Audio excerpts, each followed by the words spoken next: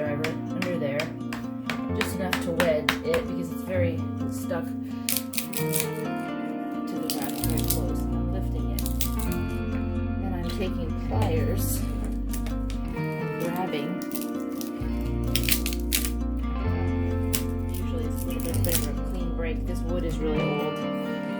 So I just continue to lift it up and pull it off little by little. And then these here, this nail, I am just slowly wedging it out a little bit. I'm just kind of tapping this. Oh, that's not the greatest example, but usually I'm wedging it little by little and the nail's coming out. Let me try another one. So like that, just a bit to loosen it, and at the end I'm grabbing it and it comes out. If I get it loose enough. So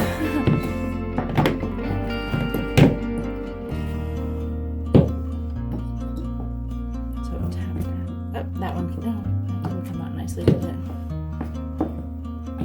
It's okay, you can. All right, you want to protect your knees, so I've got this towel here, but I want to show you how I'm going to put this corner in and kind of wedge it in really well. Just peel off the back here, and I'm going to get right on top of this. You will too. And then push it into the corner, and then just really shove that in so it's very flush.